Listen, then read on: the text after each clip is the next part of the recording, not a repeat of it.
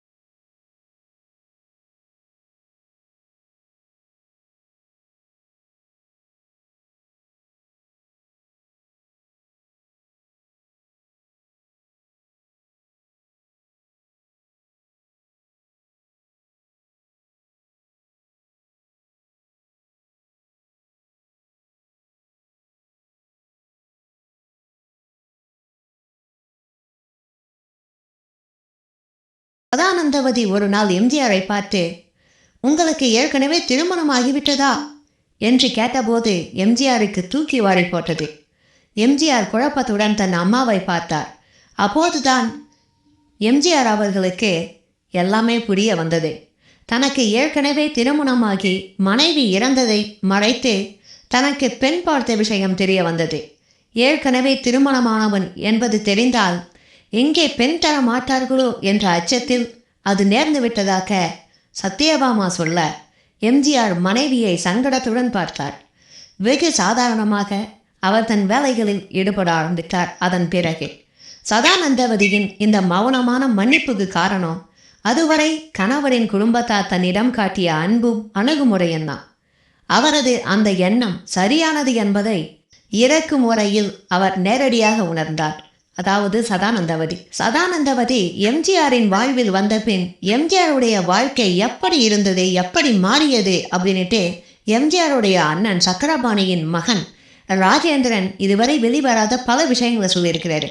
அவர் என்ன சொல்லியிருக்கிறார்னா, முதல் மனைவி பார்கவி மீது அதிக அன்பு வைத்திருந்ததால் அவர் இறந்த பின் இரண்டாம் திருமணம் செய்ய மாட்டேன் என அடம் பிடித்த சித்தப்பா எம்ஜிஆர் அவர்களை NS கிருஷ்ணன் மற்றும் திரையுலக நண்பர்கள் வற்புறுத்தி தான் சம்மதிக்க வச்சாங்க. கேரளாவின் எரக்காட் குடும்பத்தை சேர்ந்த சதானந்தவதியை என் பாட்டியே தேடி பிடித்து கல்யாணம் செய்து வைத்தாங்க. விரக்தியான மனநிலையில் இருந்த சித்தப்பா இதற்கு பின் தான் வாழ்க்கையில் ஒரு பிடிப்பு வந்தவராக தொழிலில் கவனம் செலுத்த ஆரம்பித்தாரு. சதானந்தவதி சித்தி மிக எளிமையானவங்க. யாருடனும் அதிர்ந்து கூட பேச மாட்டாங்க. குழந்தைகள் இல்லாததால் எங்கள் அனைவரின் மீதும் அதிக பாசம் வச்சிருந்தாங்க. குறிப்பாக என்னையும் என் தம்பி பாலுவையும் ரொம்ப பிடிக்கும். எப்போதும் புத்தகமும் கையுமா இருக்க வேண்டும் என்பது தான் எங்களுக்கு சித்தப்பா இட்ட கட்டளை. ஆனால் அப்பாவும் சித்தப்பாவும் ஷூட்டிங் சென்று விட்டால் நாங்கள் சித்தியின் அறைக்கு சென்று விளையாடி கொண்டிருப்போம். வீட்டை சுத்தமாக வைத்து கொள்வது சித்திக்கு ரொம்ப பிடித்தமான விஷயம். என்ன செய்தாலும் பொறுத்து கொள்ளும் அவங்க நாங்கள் கட்டிலில் ஏறி விளையாடுவதை மட்டும் அனுமதிக்க மாட்டாங்க. திருமணமான கொஞ்ச வருடங்கள்லேயே சித்திக்கு உடல் சுகம் இல்லாமல் போயிடுச்சு. இதனால் கவலை அடைந்த சித்தப்பா படப்பிடிப்பு கட்சிப்பணி இல்லாத நேரங்களில் வீட்டில் சித்தியுடன் தான் நேரம் செலவழிப்பார். சித்திக்கு அவர் செய்த பணிவிடைகள் போல் இன்னொருவர் தன் மனைவிக்கு செய்திருப்பாரா அப்படின்றது சந்தேகம்தான். ஆண்டுக்கு ஒரு முறை சித்தப்பா குடும்பமும் நாங்களும் மகாபலிபுரம் செல்வோம். அங்குள்ள ஒரு விடுதியில் சில நாட்கள் தங்கி பொழுதுபோக்குவோம். நேரம் கிடைத்தா சித்தப்பாவும் கூட வருவார். ரொம்ப மகிழ்ச்சியாக கழியும் அந்த நாட்கள். சித்தப்பாவுடன் எங்களுடைய குடும்பம் கூட்டு குடித்தனமாக இருந்த அந்த நாட்களை என்னைக்குமே மறக்க முடியாது அப்படின்ட்டு எம்ஜிஆருடைய அண்ணன் சக்கரபாணியின் மகன் ராஜேந்திரன் அவர்கள் ரொம்பவே நெகிழ்ச்சியோடு சொல்லியிருக்கிறாரு. அடுத்து சதானந்தவதிக்கு முதன் முறையாக கர்ப்பம் தரித்த போது அது தவறுதலாக கர்ப்பப்பையின் வாசலிலேயே உருவானது. இது அவங்க உயிருக்கே ஆபத்தை உருவாக்கும் என மருத்துவர்கள் எச்சரித்ததால ஒரு முடிவோடு அதை கலைத்துட்டாங்க. அதன் பிறகு சதானந்தவதிக்கு காசநோய் தாக்கியது. காசநோய்க்கு மருந்து கிடையாது. ஆனாலும் எம்ஜிஆர் உயர் மருத்துவ சிகிச்சையை அவரது மனைவிக்கு கொடுக்க ஏற்பாடு செய்திருந்தார். ஆனாலும் நோய் தீவிரமாக்கி எம்ஜிஆர் மனைவியின் எலும்புகள் அரித்துவிட்டன. இந்த நிலையில் எம்ஜிஆரை அழைத்த அவரது மனைவி சதானந்தவதி, நான் எப்படியும் சில நாட்களில் இறந்துடுவேன். அதனால் நீங்கள் என்னுடைய கண்ணு முன்னாலேயே இன்னொரு பெண்ணை திருமணம் செய்து கொள்ள வேண்டும் என்றோம். அப்போது தான் என்னுடைய ஆத்மா சாந்தி அடையும் அப்படின்ட்டு சொல்லியிருக்காங்க. இதற்கு எம்ஜிஆர் சம்மதிக்கவே இல்லை. இது குறித்து தன்னுடைய சக நடிகையான ஜானகியிடம் எம்ஜிஆர் பேசியிருக்கிறாரு. அதற்கு ஜானகி, உங்களுக்கு சம்மதம் என்றால் உங்கள் மனைவியின் ஆசையை நான் நிறைவேற்றுகிறேன் என்று சொல்லியிருக்காங்க. அதற்கு பிறகு எம்ஜிஆருக்கு ஜானகி மீதான அன்பு அதிகமாகியிருக்கு. சதானந்தவதியின் உடல்நிலை மிகவும் மோசமாகியது. அப்போது ஜானகியை எம்ஜிஆர் சதானந்தவதியிடம் அறிமுகப்படுத்திய போது, நான் இறக்கும் வரை நீங்கள் திருமணம் செய்யாமல் காத்திருக்க தேவையில்லை. என் கணவருக்கு பொருத்தமாயிருக்கிறாய். அதனால் இப்போதே திருமணம் செய்து கொண்டே உங்கள் வாழ்க்கையை வாழத் தொடங்கலாம் என்று சதானந்தவதி சொல்லியிருக்காங்க. இதன் காரணமாகத்தான் ஜானகியை எம்ஜிஆர் 3வது திருமணம் செய்து கொண்டார். சில நாட்கள்லேயே சதானந்தவதி இறந்துவிட அவர் வாழ்ந்த வீட்டையும் அவர் பெயரில் வாங்கிய சில சொத்துக்களையும் அவங்களுடைய குடும்பத்தினருக்கு எம்ஜிஆர் கொடுத்து விட்டார் என்பதும் குறிப்பிட வேண்டிய விஷயம். அடுத்ததா ரஜினிகாந்த் மற்றும் எம்ஜிஆர் இடையே நடந்த வெளிவராத பல அதிர்ச்சி உண்மைகளை பற்றி பார்க்கலாம். அதாவது தன்னுடன் நடிக்கும் நடிகைகளுடன் மற்ற நடிகர்கள் யாராவது தொடர்பு வைத்திருந்தா அது எம்ஜிஆர் அவர்களுக்கு சுத்தமா பிடிக்காதான். இது குறித்து முக்கியமான சினிமா பிரபலம் ஒருவர் பல திடுக்கிடும் தகவல்களை வெளியிட்டிருக்காரு. அதில் பார்த்தீங்கன்னா, ஜெயலலிதாவுடன் ஜெய்சங்கர் தொடர்பு வைத்திருந்ததால் ஜெய்சங்கரை பிடிக்காமல் போனதாகவும், நடிகை மஞ்சுளாவை விஜயகுமார் திருமணம் செய்து கொண்டு பின் எம்ஜிஆருக்கு தெரியாமலேயே நடிகர் விஜயகுமார் அதிமுகவில் இணைந்ததாகவும், இதுபோன்று தன்னுடன் நடித்த நடிகை லதாவுடன் ரஜினிகாந்த் தொடர்பு வைத்திருந்த காரணத்துக்காகவே எம்ஜிஆருக்கு ரஜினிகாந்தை பிடிக்காமல் போனதாகவும் சொல்லியிருக்கிறாரு. எம்ஜிஆர் முதல்வராக இருந்தபோது நடிகை லதாவை ரஜினிகாந்த் காதலித்து வந்திருக்கார். ஒரு கட்டத்தில் இருவரும் காதலிக்க தொடங்கியிருக்காங்க. இந்த தகவல் முதல்வராக இருந்த எம்ஜிஆர் அவர்களுக்கு சென்றதை தொடர்ந்து ராமாவரம் தோட்டத்திற்கு அழைத்து ரஜினிகாந்திடம் விசாரணை நடத்தினாராம் எம்ஜிஆர் அவர்கள். பின் நடிகை லதாவுடன் உன்னை பார்த்ததாக எனக்கு தகவல் வந்தது என்றால் உன்னை தொலைத்திடுவேன் அப்படின்ற மாதிரி எச்சரித்து ரஜினிகாந்தை அனுப்பியதாகவும் சொல்லப்படுது. இதனைத் தொடர்ந்து எம்ஜிஆர் அவர்களின் எச்சரிக்கையை மீறியும் நடிகை லதாவை ரஜினிகாந்த் காதலித்து வந்திருக்கிறார். ஒரு கட்டத்தில் இவர்கள் இருவரும் விரைவில் திருமணம் செய்ய இருப்பதாக கூட அப்போது பரபரப்பாக பேசப்பட்டு வந்தது. ரஜினிகாந்த் லதா காதல் விவகாரம் திருமணம் வரை செல்ல இருக்கும் தகவல் அப்போதைய தமிழக முதல்வர் எம்ஜிஆர் அவர்களின் கவனத்துக்கு சென்றதை அறிந்த ரஜினிகாந்த் லதா இருவரும் ஒரு முடிவுக்கு வந்திருக்காங்க. அதில் தமிழ்நாட்டில் இருந்தால் பெரும் பிரச்சனையை சந்திக்க நேரிடும் என்பதால் எம்ஜிஆரிடமிருந்து தப்பிப்பதற்காக கர்நாடகாவில் உள்ள பெங்களூரில் லதா ரஜினிகாந்த் இருவரும் தஞ்சம் அடைந்ததாக சொல்லப்படுகின்றது.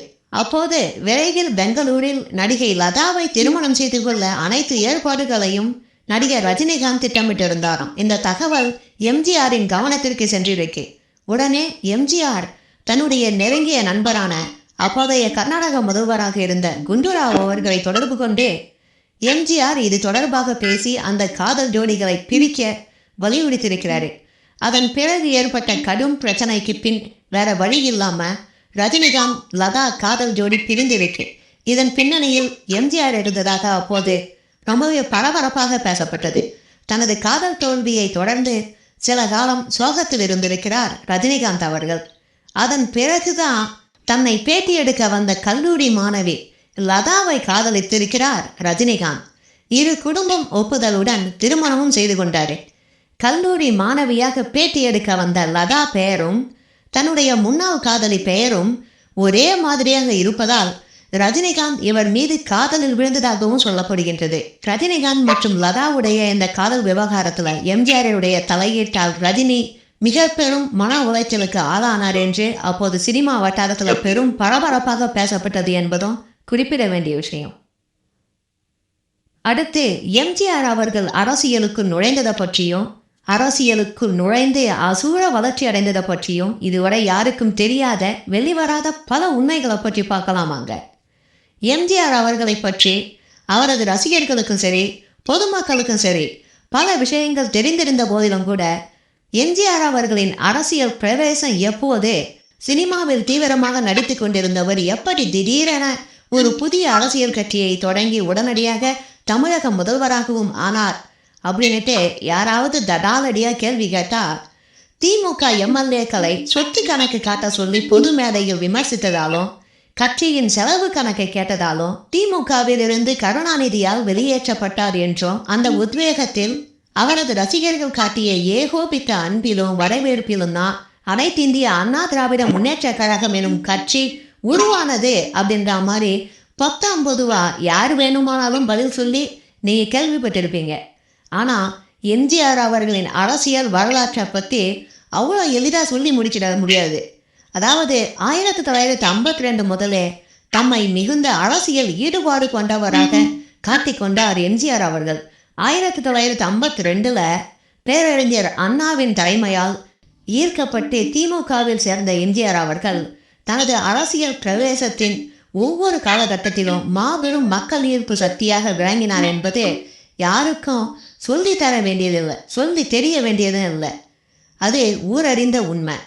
முதல்ல கட்சியின் அடிப்படை உறுப்பினராக சேர்ந்து பிறகு தனது திரைப்படங்களில் வசனங்கள் மற்றும் பாடல்கள் வாயிலாக கட்சியின் பிரச்சார பீரங்கியாக அப்படியே கட்சி போராட்டங்களில் கலந்து கொண்டு சிறை சென்று அதை தொடர்ந்து சில வருடங்களில் சட்டமன்ற மேலவை உறுப்பினராக்கி சிறு சேமிப்பு தலைவராக்கி திமுகவின் பொருளாளராகி அடேயப்பா எம்ஜிஆர் தனி கட்சி தொடங்கும் முன்னர் திமுகவில் ஆற்றிய பணிகள் எத்தனை தெரியுமா? அது மட்டுமல்ல, திமுகவில் இயங்கிய போதும் சரி, திமுகவில் இருந்து விலக்கப்பட்டு தனி கட்சி தொடங்கி அரசியல் செய்த போதும் சரி, எம்ஜிஆர் என்ற ஆளுமை தேர்தல் காலத்தில் தன்னை எதிர்த்து நின்றவர்களுக்கு சிம்ம சொப்பனமாக இருந்திருக்கிறார். அதை அவர் போட்டியிட்டு ஜெயித்த தொகுதிகளின் பட்டியலை சரிபார்த்தாலே தெரிந்து கொள்ளலாம். சரி, இனி எம்ஜிஆரின் அரசியல் வரலாற்றை பற்றி சுருக்கமாக பார்க்கணும் அப்படின்னா 1952 திமுகவில் சேர்ந்தார். 1957 முதன் முறையாக திமுகவை ஆதரித்து தமிழகம் முழுவதும் தேர்தல் பிரச்சாரம் செய்தார். 15 இடங்களில் திமுக வென்றது. 1958 சென்னை வருவதாக இருந்த நேருவுக்கு கருப்பு கொடி காட்ட திமுக முனைந்தபோது முன்னெச்சரிக்கை நடவடிக்கையாக எம்ஜிஆர், SSR இருவரும் கைது செய்யப்பட்டு சென்னை மத்திய சிறையில் அடைக்கப்பட்டனர். 6 நாட்கள் சாதாரண வகுப்பில் இருந்தனர் அவர்கள். பிரமுகர்களுக்கான வசதி சலுகைகளை எம்ஜிஆர் மறுத்துவிட்டார். இந்த உண்மையை எம்ஜிஆர் ஒருபோதும் வெளிப்படுத்தி கொண்டதில்லை என்பதும் மிக பெரும் குறிப்பிட வேண்டிய ஒரு விஷயம். அடுத்து 1962 இரண்டாம் முறையாக திமுகவை ஆதரித்து எம்ஜிஆர் பிரச்சாரம் செய்தார். 52 இடங்களில் திமுக வென்றது. அடுத்து 1962 சட்டமன்ற மேலவை உறுப்பினராக ஆனார். அதன் பிறகு 1964 இந்த வருஷத்தில் பார்த்தீங்கன்னா திமுகவில் கருணாநிதி ஏற்படுத்திய சர்ச்சைகள் காரணமாக ராஜினாமா செய்தார்.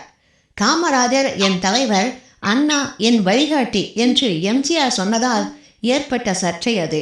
அடுத்து 1965 இந்தி எதிர்ப்பு மொழி பிரச்சனை போராட்டத்தில் கலந்து கொண்டார். அதன் பிறகு 1967 தமிழ்நாடு சட்டமன்ற உறுப்பினராக தேர்ந்தெடுக்கப்பட்டார்.